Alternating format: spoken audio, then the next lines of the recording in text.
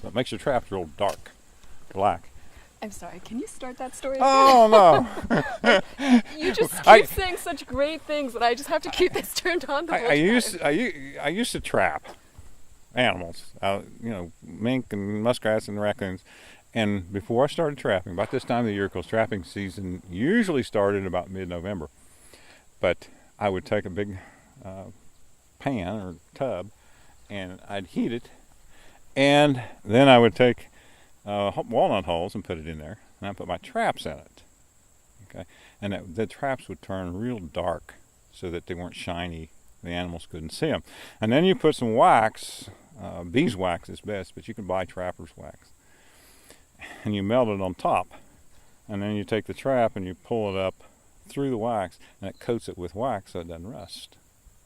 So your traps last a long time.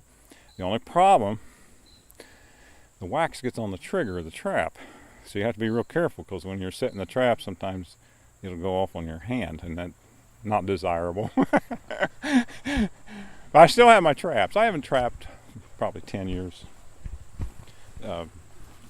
Steel traps. I've trapped with live traps, the raccoons. I was telling you about the fox, but not. In fact, I've trapped. We had a problem with raccoons. We still have some chickens, but at one time we had probably 25 laying hens, and raccoons came down and got in to the hen house and killed the chickens. And ate them. Gross. But they did. So I thought, well, this is no good. So I decided I would trap them. So I have a run where the chickens can get out. So I got it fixed so they couldn't get into the hen house, but the raccoons could. And I set traps. And I caught like 3. Well, I would take a 2x4 and dispatch the animal. Kill the animal. And at that time, I wasn't wanting the fur. I think it was warm, and the fur wasn't any good. So I had to dispose of it. But then one day, I go down to the hen house, and it's dark. I'm getting ready before I go to work, and I caught another coon. So I take my 2x4, and it was dark, and he zigged when he should have zagged. And when I hit him, it didn't kill him. It just knocked him out of the trap. So here I am running around the chicken coop. The door was wide open. All that raccoon had to do was to go out the door.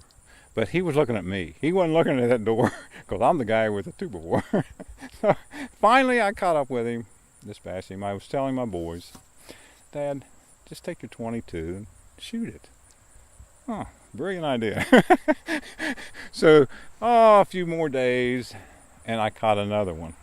So I go down, and the raccoon is only about 6 feet away from me. And so I take my .22, it's a different gun than this one, and I shoot it.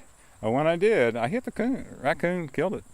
But the bullet went right through the coon's head, hit a rock, foundation, bounced back, and got me right in the nose.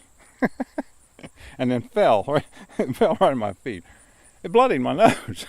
It wasn't major. It was just a little scratch or cut.